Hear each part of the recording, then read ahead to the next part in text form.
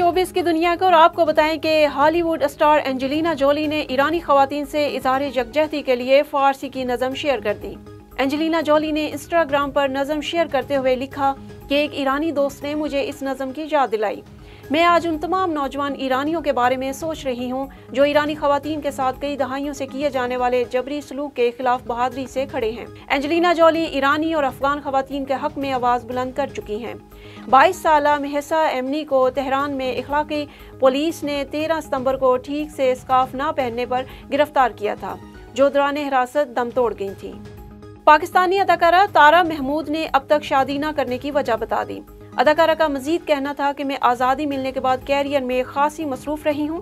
तालीम के लिए अमेरिका होकर आई हूँ। इसके बाद मेरा सारा फोकस कैरियर पर था, लेकिन अब जब मैं एक मकाम पर पहुँच गई हूँ तो मैं इस हवाले से सोच रही हूँ।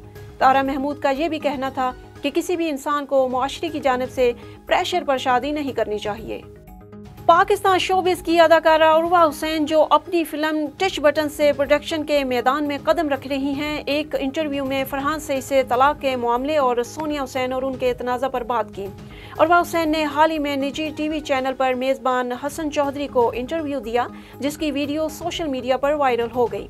उन्होंने एक सवाल के जवाब में कहा कि मैं और फरहान हम दोनों एक दूसरे की दिल से इज्जत करते हैं, चाहे हमारे बीच कुछ भी हुआ हो। आप हमें जब भी देखेंगे एक दूसरे को इज्जत देते हुए ही देखेंगे।